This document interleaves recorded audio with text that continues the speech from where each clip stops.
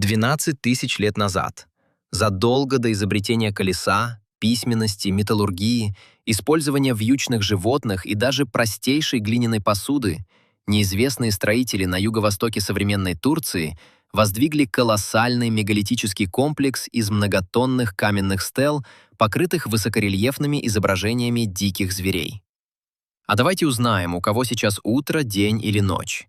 Пишите в комментариях свое время. Посмотрим, насколько мы все из разных уголков мира. Этот комплекс называется Гёбекли-Тепе, и он полностью до самого основания переворачивает наше представление о зарождении человеческой цивилизации и религиозного мышления. Самое поразительное и пугающее заключается в том, что древние люди не просто покинули этот грандиозный священный центр после веков использования, а целенаправленно, слой за слоем, засыпали его тысячами тонн грунта, битого камня и костей животных, превратив рукотворные храмы в огромный искусственный холм. В этом видео мы проведем настоящее детальное научное расследование, пошагово разберем ключевые улики этой археологической аномалии и попытаемся понять, зачем первобытные охотники-собиратели потратили колоссальные усилия, чтобы навсегда спрятать свой главный шедевр от лица Земли. Мы изучим подлинные отчеты экспедиций, данные химического анализа грунта, антропологические находки и палеоклиматические маркеры, которые выводят ученых на глубокие и неожиданные выводы. В 1994 году немецкий археолог Клаус Шмидт, работавший от имени Стамбульского университета и немецкого археологического института, прибыл на известняковое плато Гёбекли-Тепе, что в переводе с турецкого языка означает «пуповинный холм». До этого, в 1963 году, здесь уже бывали американские исследователи из Чикагского университета в рамках масштабной антропологической разведки, но они ошибочно приняли торчащие из земли верхушки известняковых плит за остатки заброшенного византийского или средневекового кладбища, не придав объекту должного значения. Шмидт же, обладавший колоссальным опытом работы в данном регионе, сразу разглядел в идеальной полусферической форме холма полностью искусственную рукотворную структуру.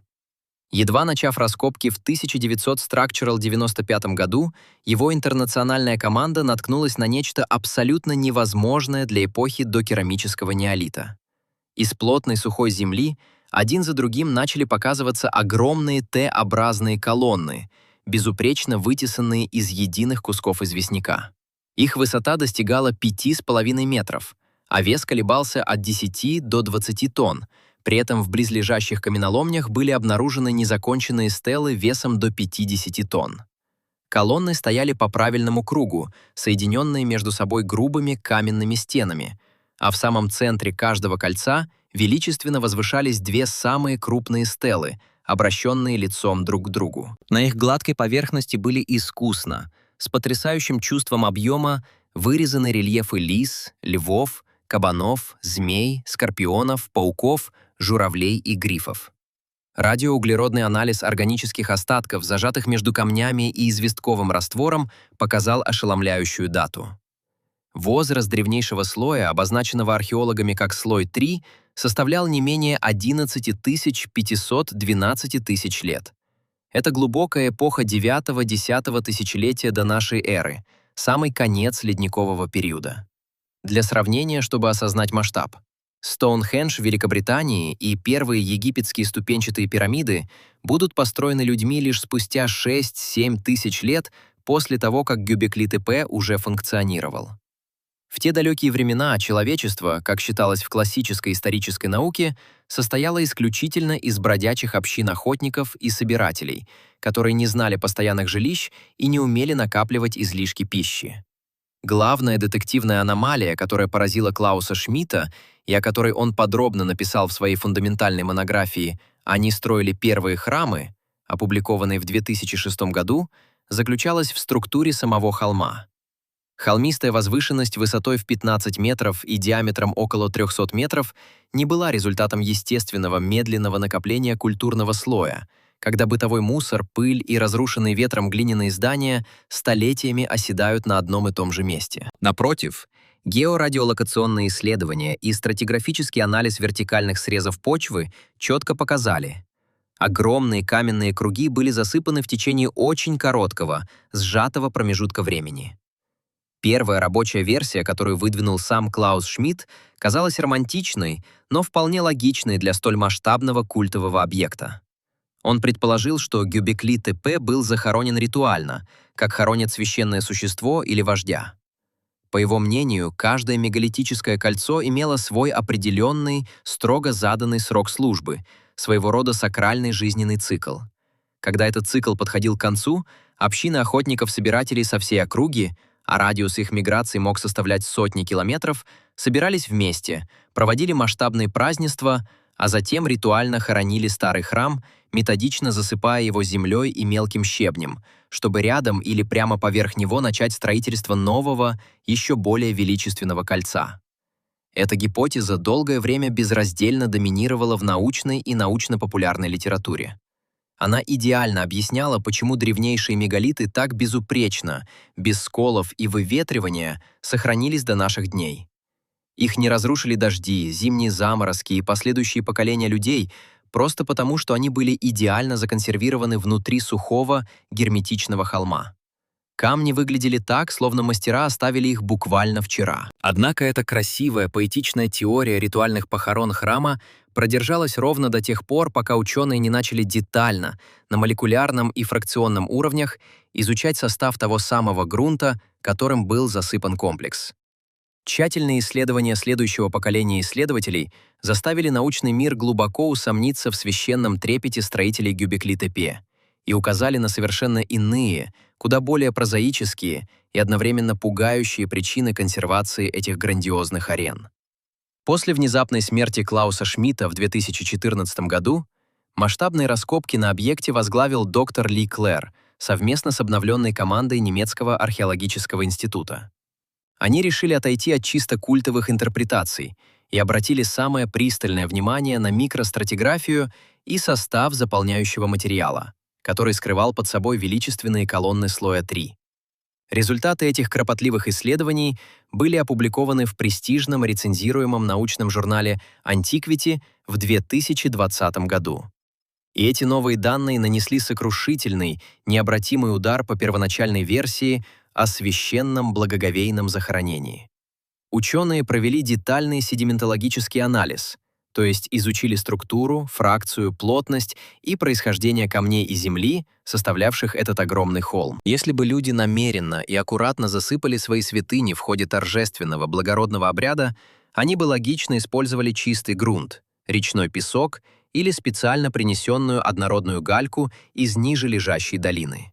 Однако заполняющая масса на поверку оказалась гигантской, хаотичной кучей бытового, производственного и строительного мусора. Во-первых, грунт состоял из колоссального количества колотого известнякового щебня со следами грубой первичной обработки. Это были типичные отходы от производства новых колонн, которые летели во все стороны в близлежащих каменоломнях на вершине плато. Во-вторых, и это самое главное, в грунте обнаружили невероятное, аномальное обилие фрагментов костей диких животных. Ли Клэр и его коллеги-зооархеологи задокументировали сотни тысяч костных останков на сравнительно небольших участках. Среди них абсолютно преобладали кости первобытных огромных быков-туров, быстрых газелей, диких ослов, благородных оленей и крупных птиц.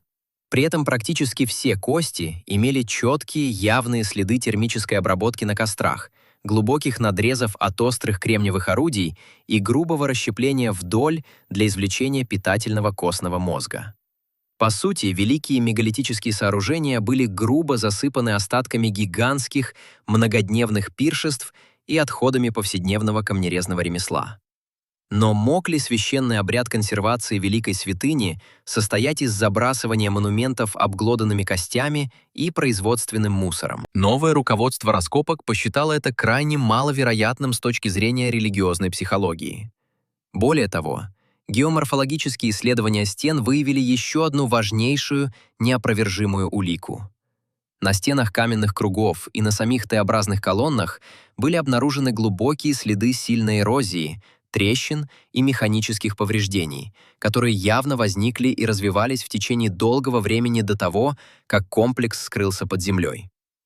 Некоторые стены были сильно деформированы под давлением, а тяжелые плиты были подперты грубыми, наспех сделанными каменными кладками, словно их отчаянно пытались спасти от внезапного обрушения. В том же развернутом отчете в журнале Antiquity за 2020 год исследователи поставили важнейший вопрос, который открыто сформулировал доктор Ли Клэр. А что, если комплекс Гюбекли-Тепе вообще никто не закопал намеренно ради ритуала? Стратиграфия слоев показала, что материал, заполнявший круги, двигался во многих местах естественным гравитационным образом. Храмы Гюбекли-Тепе расположены в естественных карстовых низинах и углублениях холмистого плато. Выше них по склонам находились зоны активной, повседневной жизнедеятельности тысяч людей неолита. Там они на протяжении десятилетий разделывали туши принесенных с охоты животных, обрабатывали известняк, строили временные легкие жилища из ветвей и шкур. Новая улика прямо указывала на то, что Гюбекли-Тепе мог стать жертвой мощных разрушительных оползней или постепенного, но масштабного оплывания переувлажненного грунта со склонов. Когда колоссальные массы производственного и бытового мусора, накопленные на вершинах и уступах холма годами, под воздействием затяжных проливных дождей или внезапной сейсмической активности региона, начали стремительно сползать вниз, они просто затопили, как лавина, мегалитические круги. Жители древнего поселения, столкнувшись с необходимостью вручную расчищать многотонные завалы из грязи и щебня, могли просто посчитать это нецелесообразным, бросить эти сооружения и уйти на новые места. Таким образом, первая версия о намеренном благоговейном захоронении храма оказалась под огромным научным сомнением. Однако и теория естественного случайного оползня не смогла полностью объяснить все архитектурные загадки пуповинного холма. Ведь при более детальном изучении вышележащего слоя 2 открылась картина, которая вновь вернула ученых к идее сознательного, спланированного человеческого вмешательства, но уже с совершенно другими глубокими социальными мотивами. Чтобы понять истинную глубинную причину консервации памятника, исследователям пришлось подняться выше по стратиграфической шкале, к слою 2, который датируется примерно концом Веджис IX, самым началом 8-го тысячелетия до нашей эры, приблизительно от 8800 до 8000 лет до нашей эры. Об этом подробно и развернуто сообщается в официальных ежегодных отчетах археологической миссии Немецкого археологического института за 2022 год. В этот более поздний период архитектура Гюбекли-Тепе кардинально до неузнаваемости меняется. Вместо огромных круглых мегалитических храмов, требовавших усилий сотен человек, люди начинают строить маленькие, тесные прямоугольные комнаты, больше напоминающие склепы или примитивные хижины. Самое примечательное, что Т-образные колонны здесь тоже присутствуют, но они катастрофически измельчали. Их высота теперь редко превышает 1,5–2 метра, а сами они грубо встроены непосредственно в толщу каменных стен этих комнат, полностью теряя свою былую монументальную величественную самостоятельность. И именно в этом более позднем слое 2 ученые нашли неопровержимые, стопроцентные следы того, что некоторые структуры консервировались абсолютно осознанно, тщательно и вручную. Колонны внутри прямоугольных помещений были аккуратно заложены плотными рядами тяжелых камней, уложенных один к одному, без малейших зазоров. Это точно не было хаотичным оползнем или природной катастрофой. Кто-то целенаправленно и методично запечатывал эти пространства, тратя на это недели упорного труда. Зачем? На сегодняшний день лучшее, наиболее взвешенное объяснение этой аномалии лежит на стыке экологии, палеоклиматологии и социологии. В журнале Science в 2021 году международная группа палеоклиматологов опубликовала комплексные данные исследования ледяных кернов Гренландии и донных отложений высокогорных озер Анатолии. Эти точные данные четко указывают на то, что именно на рубеже 9 и 8 тысячелетий до нашей эры весь Ближний Восток столкнулся с резким, катастрофическим изменением климата, так называемым глобальным засушливым периодом и похолоданием. Количество сезонных осадков сократилось в разы, леса начали отступать, превращаясь в сухие степи, а огромные стада диких животных, на которых тысячелетиями охотились и за счет которых безбедно жили строители Гёбекли-Тепе, начали стремительно редеть и мигрировать на север. В этих новых, жестких условиях старая религиозная система, которая была полностью ориентирована на культ дикой первозданной природы, тотемное изобилие грозных зверей и шаманские экстатические практики попросту перестало работать. Охотники молились своим старым богам, изображенным на Т-образных колоннах, приносили им обильные жертвы, но звери все равно уходили, а человеческие общины начали страдать от жестокого голода. Это экологическое бедствие привело к величайшей технологической и социальной революции в истории планеты. Переходу от присваивающего хозяйства к производящему, то есть к сельскому хозяйству и скотоводству, известному как Великий неолитический переход. Именно в этот переломный период в регионе горного массива Карачадак, расположенного всего в 60 километрах к востоку от Гөбекли-Тепе, люди в условиях дефицита дичи впервые в истории одомашнили дикую пшеницу-однозерненку. Согласно масштабному генетическому исследованию Института Макса Планка, опубликованному в журнале Nature. Человек перестал чувствовать себя смиренной частью дикой природы и начал активно подчинять ее себе. Дикие звери, некогда бывшие священными объектами тотемного поклонения и страха, превратились в прямую угрозу для первых рукотворных посевов и беззащитных стад одомашненных овец и коз. Доктор Юрген Нотров из немецкого археологического института выдвинул обоснованную гипотезу, согласно которой намеренное запечатывание и постепенное, полное забрасывание Гөбекли-Тепе было актом идеологического, ментального прощания с прошлой эпохой.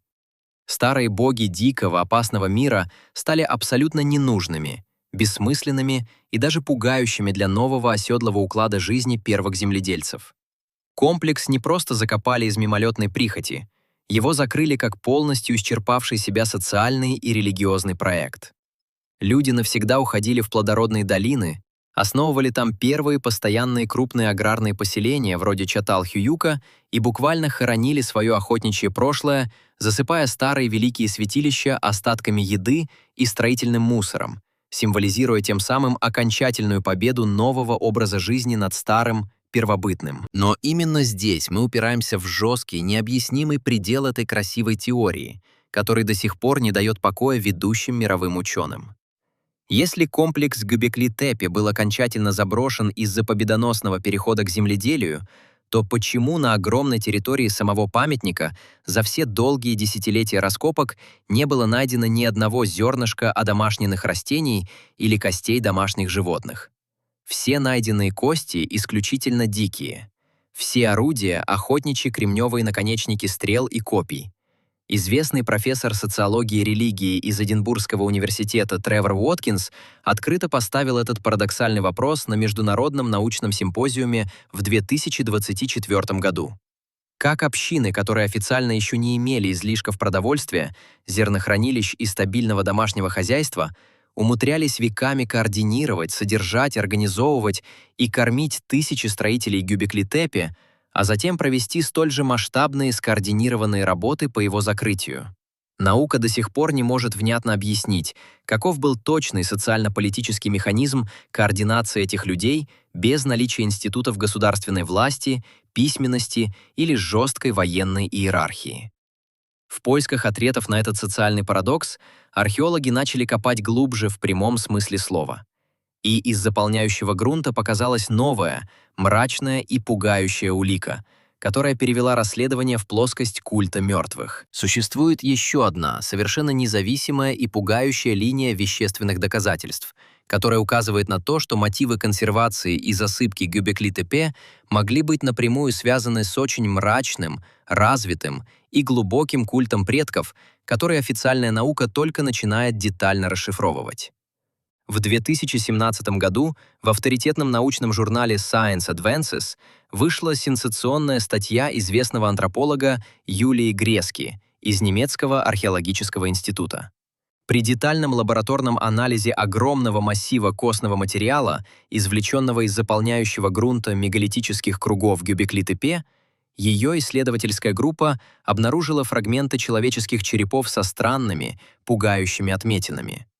На этих фрагментах костей присутствовали глубокие, намеренно прорезанные острыми кремневыми орудиями борозды, идущие от лба к затылку, а также аккуратно просверленные круглые отверстия. Это стало первым прямым, неопровержимым доказательством существования так называемого культа черепов непосредственно в Гөбекли-Тепе. В докерамическом неолите Ближнего Востока Черепа умерших родственников, почитаемых шаманов или поверженных врагов, часто отделяли от тел после разложения, покрывали гипсом или глиной, раскрашивали охрой и выставляли на всеобщее обозрение во время ритуалов или использовали в качестве мощных оберегов. Доктор Юлия Грески антропологически доказала, что надрезы на черепах из Гёбекли-Тепе были сделаны вскоре после биологической смерти людей, когда на костях еще частично оставались прочные мягкие ткани и сухожилия. Судя по расположению отверстий и борозд, эти черепа подвешивались на веревках или жилах внутри мегалитических кругов, возможно, между теми самыми центральными Т-образными колоннами, которые, как сегодня согласны многие ученые, сами по себе представляют собой стилизованные, абстрактные антропоморфные фигуры без лиц, но с четко вырезанными руками, тонкими пальцами, сложенными на животе, и широкими поясами. Это антропологическое открытие добавляет в наше расследование совершенно новый, мистический слой смыслов. Засыпка комплексов могла быть не просто прагматичным отказом от старых богов из-за засухи, а финальным, грандиозным погребальным ритуалом огромной метафизической значимости. Если Т-образные колонны олицетворяли собой великих умерших предков, мифических прародителей или хозяев подземного мира, то их постоянное нахождение в открытом, рабочем виде вне ритуалов могло считаться крайне опасным для живых людей. В представлениях большинства традиционных обществ мир мертвых и мир живых должны быть четко, незыблемо разделены. Когда святилище по каким-то причинам теряло свою сакральную силу, когда иссякал источник воды поблизости, или когда полностью уходила в небытие породившая его династия шаманов, этот опасный контакт с потусторонним миром нужно было навсегда надежно прервать ради физического выживания общины. Засыпая храмы тысячами тонн земли, строительных отходов и костей жертвенных животных, древние люди могли буквально упокаивать своих грозных, требующих внимания предков, запечатывая портал в иной мир. Они превращали открытое, активное святилище в закрытый мертвый курган, безопасное место вечного упокоения сил, с которыми живые больше не хотели, не могли или боялись взаимодействовать. Однако точный ответ на вопрос, чьи именно черепа подвергались такой жесткой обработке, почитаемых, любимых вождей-основателей или принесенных в жертву пленников из соседних враждебных племен, до сих пор остается предметом ожесточенных, бесконечных дискуссий среди ведущих мировых антропологов. Гёбекли-Тепе продолжает методично разрушать устоявшиеся исторические догмы и заставлять переписывать академические учебники. Мы теперь точно знаем, благодаря трудам Клауса Шмидта и его последователей, что этот комплекс заставил ученых признать фундаментальный факт. Сначала у человечества возникла сложная религия, абстрактное мышление и монументальная архитектура, и только потом, ради прокормления строителей этих грандиозных храмов, человек был вынужден изобрести регулярное сельское хозяйство, а не наоборот, как безапелляционно утверждала материалистическая историческая наука на протяжении всего XX века. Но главный, открытый научный вопрос, который стоит перед исследователями прямо сейчас, и на который пока нет окончательного однозначного ответа, сформулирован нынешним координатором международных раскопок. Какая именно глобальная катастрофа, затяжная экологическая засуха, глубокий социальный раскол внутри разросшихся общин или панический, иррациональный страх перед собственными ушедшими культами заставило людей навсегда покинуть это священное место и потратить колоссальные физические ресурсы на его полное сокрытие. На сегодняшний день, по самым оптимистичным оценкам, раскопано менее 5% от общей территории Гёбекли-Тепе. Десятки аналогичных подземных мегалитических кругов, зафиксированных георадарами, все еще ждут своего часа под толщей пуповинного холма.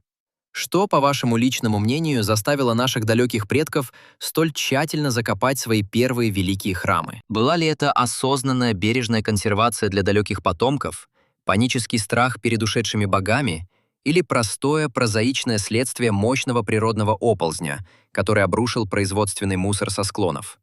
Напишите свое мнение в комментариях. Ставьте лайк, если вам понравилось наше расследование, обязательно подписывайтесь на канал «Феномен времен».